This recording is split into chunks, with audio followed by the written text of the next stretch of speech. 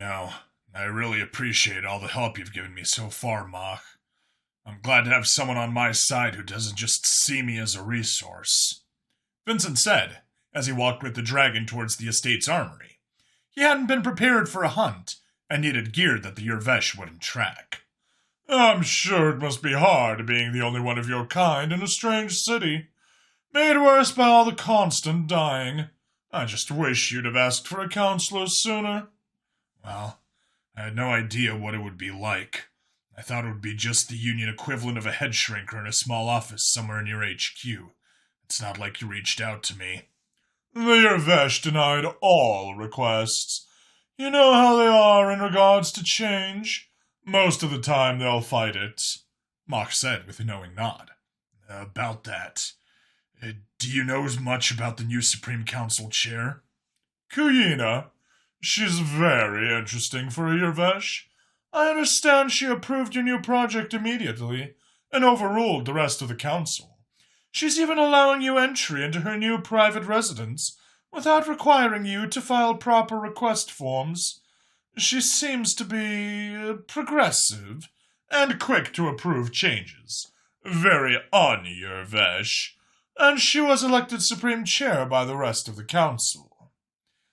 These all sound like good things. So why do I feel like you're not saying these are all good things? Vincent said, as he could hear a certain edge to the way Mach had spoken.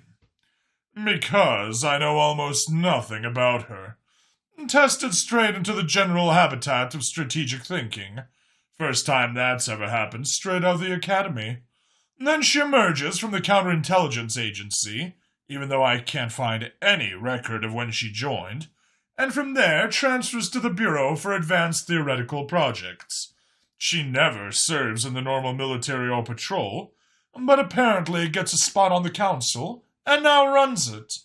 All your Vesh have profiles filled with commendations for military or patrol service, and all you see in her file is lots of redacted black bars.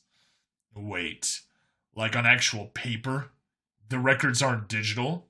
There are plenty of digital files with basic info, but only their physical copies have full lists of the attached commendations and the like. And the physical files are all within a special vault in the mountain. Mach huffed, obviously annoyed whenever he lacked answers. Vincent did think it over a moment before commenting. Why did they even let you take a look at her physical copy in the first place? When Mach stared back at him for a second, Vincent nodded. Right, they didn't. Well, if you have spies in the records department, why can't you find the other stuff? Because for obvious reasons I don't try and spy on the Yervesh Counterintelligence Agency. For other slightly less obvious reasons, I simply can't get anyone to be a spy within the Bureau for Advanced Theoretical Projects. If you happen to get any dirt on their members, I'd greatly appreciate being informed. A mole within that organization would be priceless to me. Yeah, well, if I find any other harmless sexual deviants, then I'll let you know. Is that it? Is a sexual deviant? I've found no records of such activities by Detective Harmacad, and I have excellent sources in all the upper sector brothels, especially the ones that are supposed to be known for their discretion and refined tastes. Those are by far the best places to watch, for the purpose of gathering intelligence, I mean. I'm sure you do. Well, I don't mean it like you think. He just likes other species than your Vesh. So? Vincent could see the confusion on Mach's face, before it dawned on him, and he laughed. Oh, yes, of course. I forgot about how terribly taboo that is for them. Better to like the same gender or very obscure fetishes than other species. Ah, so that's it. He just dates other species. No wonder I couldn't figure it out. The big dragon laughed, and he shook his head while they walked. So, the other of my kind you found that black box in. Any reports of them from the farm? No, we didn't even expect it when my commandos raided the Warden compound. There's some sort of crime war going on over there. My brethren who hold land are finding many of their citizens are getting a steady supply of synth and other drugs from some new smuggling organization. This organization is in conflict with the black blood dealers in the region. It's possible the other of your kind was working for the smugglers when the wardens caught him. Vincent nodded as he thought it over. The wardens had been demanding he work with them and reveal a base. He wondered who the other human had been working with before getting caught. Well, if you hear anything, let me know. Of course, Mock said before opening the door to the armory and stepping inside with Vincent. Inside, there were no less than 6 satyrs spread out around the room, their weapons in hand, but not yet aimed at Vincent. You know, guys, I'm fairly sure if I wanted to try and kill your boss, I'd have done something by now, Vincent commented, as Mock waved the comment aside. They're paid to be cautious. It's nothing personal, Vincent. Now, what do you need? I need a harness, ammunition, something with more than 6 shots, and one of the satyr communication sets. He saw several harnesses spread out on the tables in the middle of the armory, and began to inspect them. They had leather and some sort of fur or soft cloth woven into them. They were extremely nice, far more comfortable than the mass-produced Yervesh gear he was used to. This one is too explosive, he muttered as he set down a harness. This one is too light. He dismissed the next, and stopped at the third. Just right. He began to pull the harness on, finding it fit perfectly without any adjustments. Did you... He glanced at the dragon, who nodded. Yes, I had several sets made for your measurements. Another gift the Yervesh didn't want to pass on. And I have one more. He waved Vincent to the back, guiding him to a secure-looking metal crate, and tapped a code into the keypad on the side. When the case hissed and opened, Vincent's smile slowly faded as he was soon staring, slack-jawed in awe. You didn't. I did. The dragon smirked as Vincent slowly ran his hands over the metal and woodwork of love and skill inside the crate. There was that bone inlay on the handle and the grip, a small version of the phoenix from his jacket stamped on top of the barrel, and on the stock was printed, "To protect and serve." This is gorgeous, Vincent murmured as he pulled the gun out of the case. It was basically one of those street sweepers from the old gangster movies, but slightly different. He remembered there had been a military version made of that gun, and this looked more like that to him. What was it called? Well, he'd just call it a street sweeper. No, wait. The street sweeper was the shotgun. Chicago typewriter. That was it. Mind if I test it? The dragon waved him to a door on the other side of the armory. As he stepped through, there was an assortment of targets spread out across a decent range. The door slid shut behind him with a click, and he quickly turned on the sound suppressor in his mask. But not all the way. He wanted to hear it a little.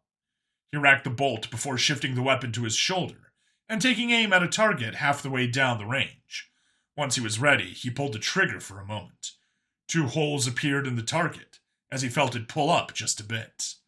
All right, let's really test this, he said, and held the weapon at his hip before simply holding down the trigger. His mask quickly compensated for the muzzle flashes as he began to simply sweep the targets with the gun, gripping the handguard tight to keep it from rising too much. It might just be an effect of the sound dampener, but the more he listened to the gunfire, the more he thought he heard some sort of evil laughter barking out. Hopefully that was just an oddity, and not a sign he was going mad. Once the targets were completely annihilated and the drum was empty, he let the smoking barrel angle up towards the ceiling before pulling the drum free. Yeah, this will work great. The door opened behind him, letting him walk back into the armory and grab the second drum from the crate, noticing the rest were straight magazines. Just 2 drums? They're a little finicky. I wasn't sure you'd need or even want more than 2. There are, however, 9 magazines that carry 30 rounds apiece, which I hope is enough. If it's not, then I'm in some serious trouble anyway. Vincent agreed with a nod. He loaded the drum and collected the 9 straights, quickly tucking them into the harness, before noticing something else in the crate. Is that a quick loader? He took out the small device with 6 magnum rounds sticking out of the small dome-shaped contraption. Yes, you place those on the magnum cylinder, then press that button to deactivate the magnets and you're loaded. I hope it works. Mock shrugged, while Vincent also tucked that into his harness. I'll find out soon enough. He looked around them, more specifically at the satyrs. So, what about that communication device? One of the silver-armored guards stepped forward. Yes, sir. I'd like to point out that if we give him that, it's got almost all secure satyr encryptions on it. We can't guarantee the safety of our brethren if it's in his hands. Duly noted. However, since many of your brethren are in fact assisting the enemy, that's part of the point right now. I trust Vincent. If someone gets a hold of it, then we'll deal with that. But otherwise, hand it over. The dragon instructed, before the satyr nodded and handed Vincent what looked like a small pager. He wasn't sure what to do with it at first, until he noticed a small cord he'd seen before, and clipped it to the side of his mask, plugging it in before seeing several notifications pop up, informing him of new encrypted channels. I really appreciate this, Mock. If I find the other of my kind, I might need help.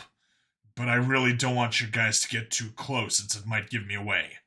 Or scare the other one of my kind. I understand. Where are you looking for him? The bottom of the city. Then I'll have a team take up stations somewhere in Sector 70. Use Channel 381 to call them for assistance. Thanks again, Mock. If I find any juicy blackmail material, you'll be the first to know. He nodded to the dragon, who nodded back and started to walk to the door as he slung the weapon over his shoulder. Even the strap was well made and the perfect height. Before leaving, however, he paused, and then went to slide the gun into position, aimed at one of the satyr. Their guns were up in a moment. He might have got one or two, but the others would have had him. Some good security you got here. He grinned beneath the mask and nodded once more, letting the gun slide back down. The satyrs kept aiming at him, however. Once he was through the door, he wondered if they'd hold that pose until they were sure he was gone. It took him a moment to get his bearings, but soon he was walking out of the mansion itself back towards the gate. Earlier, the guards might have been concerned that he was all right, but this time he saw them watching him carefully from all sides.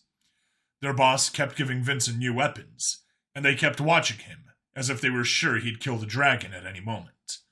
Either they knew something he didn't, or paranoia ran deep in their roots. But soon he was past them, and stepping into the lift once more. He wondered how bad the checkpoint would be. As the lift slid past the public area for Sector 1, he noticed a lot more security and a distinct lack of parades. Plus, there were very few people wandering around. Either they were very clearly going somewhere, or waiting in line. When the lift stopped moving sideways and began to lower him towards Sector 2, he heard something start to fall onto the glass, and realized it was raining. It didn't happen too often in the city. Normally, he relished it, knowing that criminals often decided they'd rather stay home than get wet. But now, he'd be the one stuck in the storm. As the lift descended, the normally dark city seemed darker still. But there was a light at the checkpoint. There were large floodlights turning the area into a very close approximation of the surface of the sun. His mask even had to dim to protect his eyes, despite the rest of the storm. There were Yervesh standing guard, and he even noticed a combat walker off to the side. But aside from the floodlights and extra security, it looked like normal. No blood, no body parts, no wrecked screeners. It all looked good as new. It appeared that when it directly affected Sector 1, there was no expense spared for getting things fixed. When the lift stopped, he stepped out into the rain, seeing two Yervesh turn and approach him, one lifting a hand. Hold, citizen. We have to search anyone leaving the private lifts. Vincent just walked forward into the harsh white light, as he saw them stop and relax. Apologies, creature 88. Go on through. The one who hadn't spoken first waved him through the checkpoint, but he did notice how they eyed the new weapon slung from his shoulder. In fact, many of the citizens in line for the checkpoint were openly watching him as he walked by, perhaps wondering if he was off to bring justice to those responsible for the bombing. He was, in a way, but not quite like they thought. Vincent made his way past the patrol HQ as he began to make his way down the various paths and alleys towards his new secret path to the bottom of the city. Cavazor was likely wondering where he was by now, but if he didn't report in, they couldn't give him new orders. The closer to the edge of Sector 2 he got, the darker it became, his mask adjusting as he began to see the world in black, white, and gray, to make up for the lack of light. The rain was cold, but refreshing. When he neared the tram entrance, he ducked into a small nook in an alley, and waited a minute before peeking out to see if anyone was following him. Nothing. Satisfied he wasn't being followed, he edged out around the support column he wanted, seeing endless clouds and rain stretching out before him. The coverage was so thick he couldn't even see Sector 3.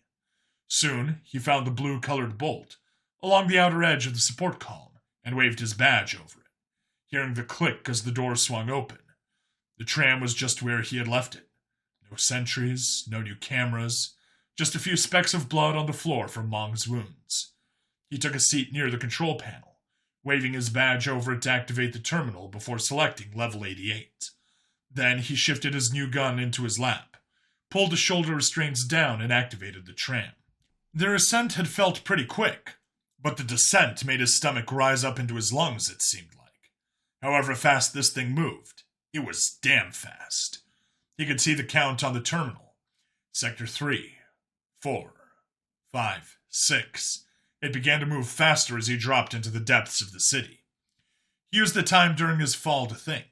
So far, there have been 2 different groups of satyr opposing me. Those in the black armor from the raid, and those in the gray armor who ambushed me after Little Otostov. If their armor works like I think, then that's the forces of at least 2 different factions. But since the Wardens were playing things close to the chest, it might simply be different armors for different jobs. Plus, there's still the matter of whatever spies they have within the Yervesh. Oh, what's their angle on them anyway?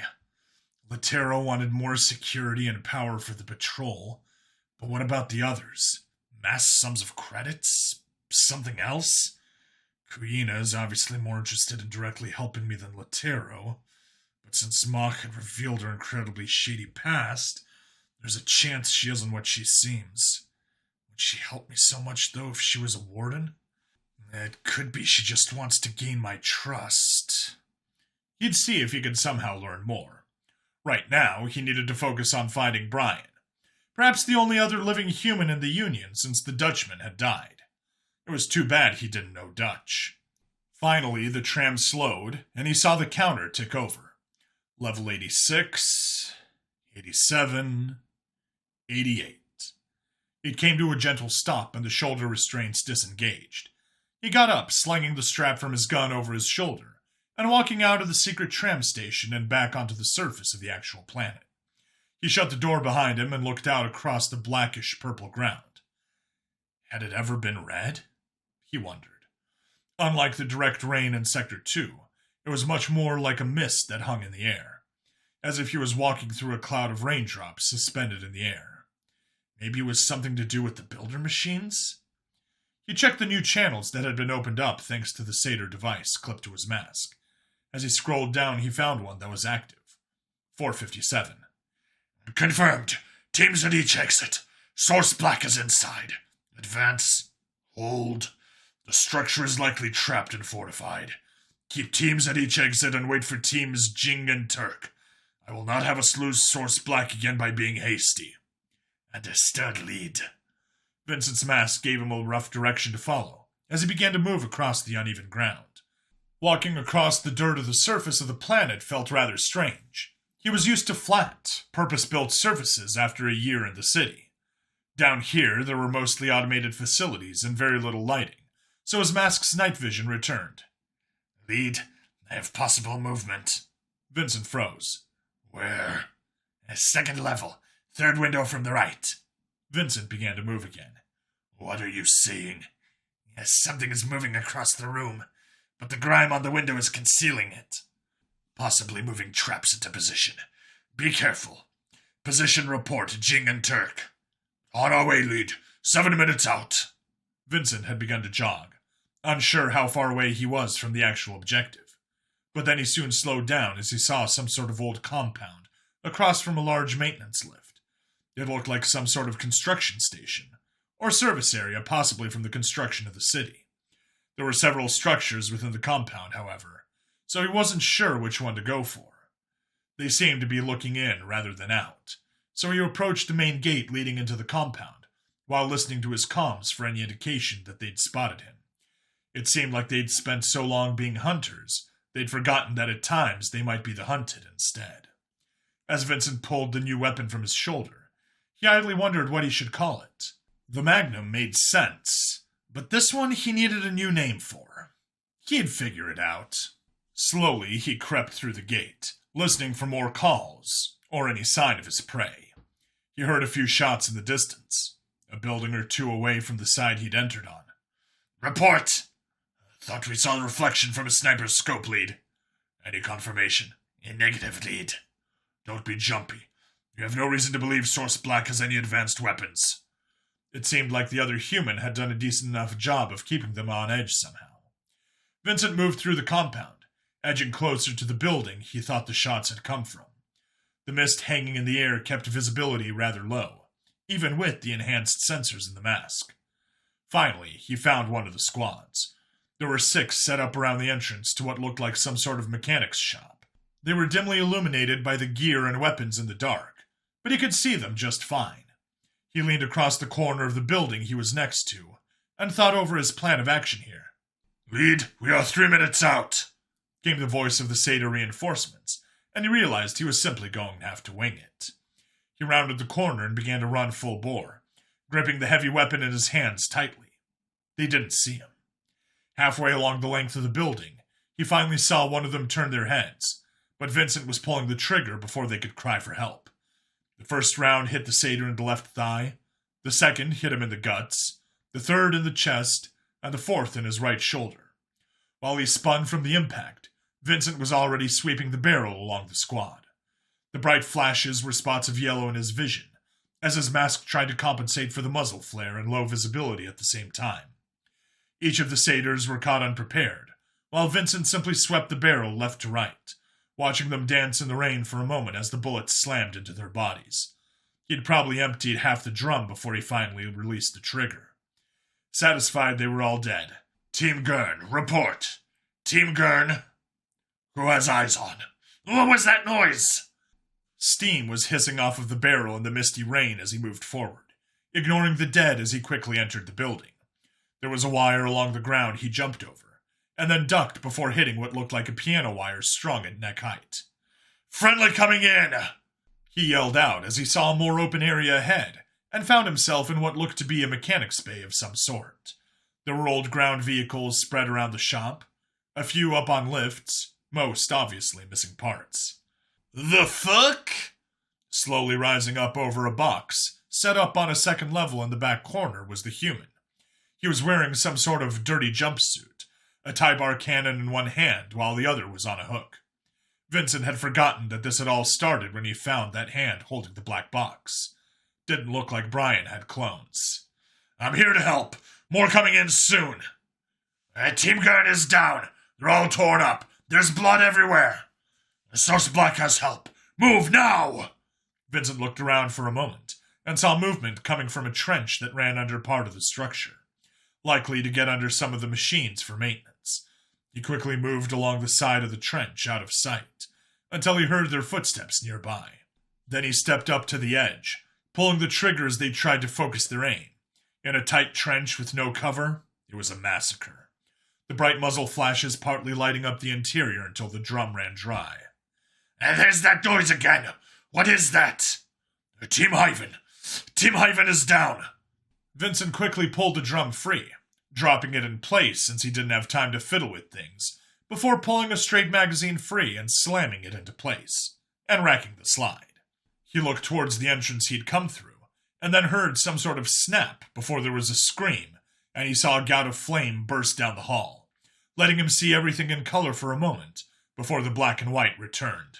That should be half of them, he yelled out, just as the skylight he hadn't noticed shattered, and 6 satyrs dropped down on some sort of cable system, weapons firing at him.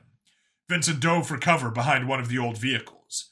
Before he could ask for help, he heard some sort of crack, and then heard the satyrs scream as blue arcs of electricity coursed through the catwalk they'd landed on. While they jerked and twisted, Vincent lifted his gun and swept left to right once more. It sure wasn't as accurate as his Magnum, But with the ability to sweep a tightly packed team, it didn't need to be. 1 or 2 more teams still to go. He dropped the straight magazine and pulled a fresh one free. "Behind you!" he heard, and then the other human shot just past Vincent's head, making him spin around as he caught another squad bursting through a small door in the wall. He saw one of them kick a wire, and before he knew what was happening, an engine dropped from the ceiling, crushing 3 of them with a sickening crunch.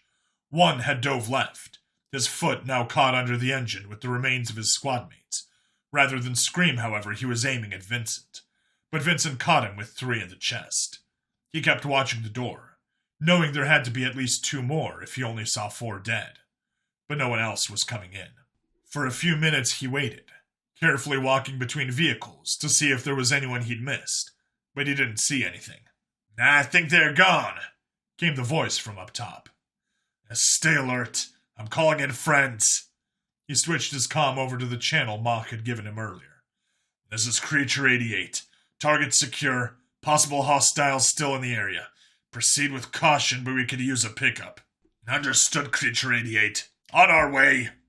He heard a gruff voice reply.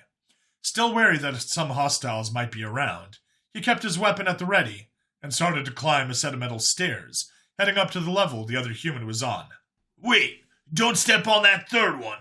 the other urged him, so Vincent carefully hopped over the step in question and then continued up. "Are you really who I think you are?" the man was saying, grinning wide, his bright teeth contrasting with his dark skin and the black and white vision in Vincent's mask. "I'm Vincent, if that's who you thought I was. Yeah, you wouldn't believe how happy I am to see another Vincent tried to tell him to stop, but the human was already doubling over, puking onto the metal platform he was standing on. "What the hell?" "Sorry, I was about to tell you to stop. It's something to do with the worm's torture stuff. We can't mention our species, perhaps countries and some nationalities. I haven't pushed it." There was a small flask of water on the harness that Vincent pulled out, handing it to the other human, before realizing with a gun in one hand and a hook for the other, it might be hard.